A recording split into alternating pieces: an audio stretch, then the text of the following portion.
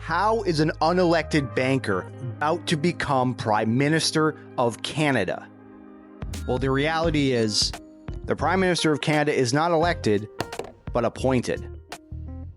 Hello, everybody, and welcome back to the Citi-Zen-Ship show. My name is Clinton. Today, we are reacting to the new news of the new leader, which is Mark Carney. I know that these are dark days. Dark days brought on by a country we can no longer trust. We are getting over the shock, but let us never forget the lessons. We have to look after ourselves, and we have to look out for each other. Mark Carney wasn't just chosen randomly. The Liberals had, as Justin Trudeau described, a robust and competitive leadership contest. After a bunch of different applicants, some people were rejected for even participating, but the Liberals chose 4 candidates. We did a debate live stream. You can also check out that. And after watching those 4 individuals, the Liberals overwhelmingly, with over 80% of the vote, selected Mark Carney. Carney's victory is impressive. He pulled in a higher share of the vote than what Conservative leader Pierre Poilievre got in his landslide victory. It's also higher than what Prime Minister Justin Trudeau got when he won more than a decade ago. Let's look into the actual numbers. We are here on the Elections Canada website, and I just wanted to show you guys something really quick. If we look at number of electors on list, right? This is the total amount of Canadians who can actually vote. This is the total population, and then this is the actual amount of Canadians who are eligible to vote. So if we go down to the most recent election, which was 2021, we're just going to kind of ballpark these numbers, 27 million people who are able to cast votes in Canada. This recent Liberal election, there was only 151,000. Again, I'm going to be nice and call it 152,000 people. So we just do some quick math here. 152,000 divided by 27 million. And you get, times that by 100, you get 0.5%. Not even 1% of the Canadian population participated in the Liberal election. It is crazy to me that there are cities and towns and communities in Canada that are bigger than the amount of people who just voted for Mark Carney. So yes, he will formally, he's become the Liberal leader. Justin Trudeau will be on his way out very shortly. There will be a handoff. Mark Carney will have to form his own cabinet. There will be a government formed. But now this is another funny point I just want to make about the Liberals right now. And I say this in jest.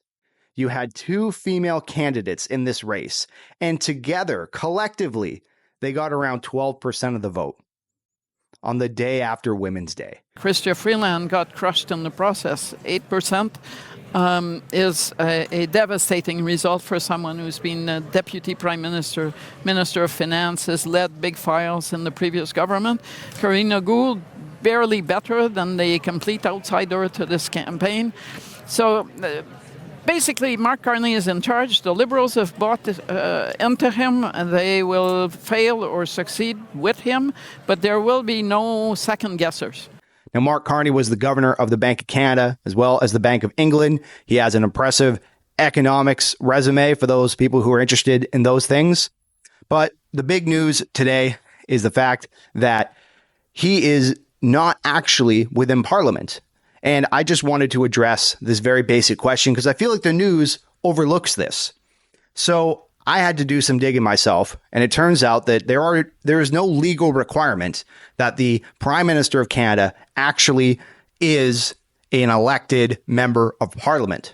As long as they have the consent of the majority of parliamentarians and the Governor General appoints them, they can hold office.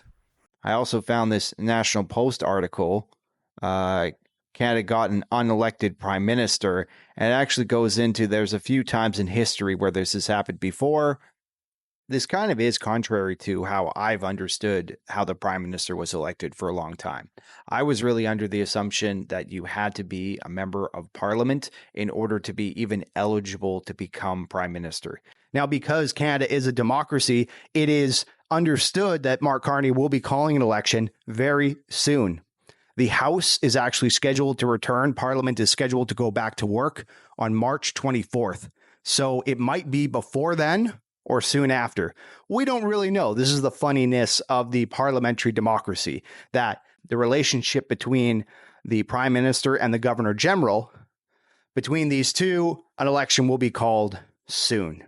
Everyone's saying he's going to go to election right away, and I understand the arguments for that, because don't give the Conservatives time to define them and all these things. I also think there's some case to be made, just from a Liberal standpoint, of establishing himself as a prime minister and stamping his authority on the party and on the country. So in election timing, then, what is your best? You all hate doing guesses, but if your most informed speculation would be what? Before May 15th. But the election happens before me. Yeah. Okay. What about you mean the call? What about the call? Yeah, the writ drop. Not this week. Next week. Next week, yeah.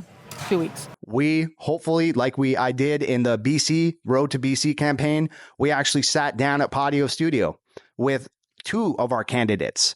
I hope to do it again in this upcoming election. I love elections because they're a great time to talk about ideas. They're a great time to strategize and have these political conversations. And if you guys want to come along with this road with us, please subscribe. With that, we're going to be following these stories as they go. I just wanted to come in with a quick update for you guys. Mark Carney, the soon-to-be prime minister of this country. Leave it all down in the comments below. I always love to hear your guys' thoughts and feelings around this stuff. My name is Clinton.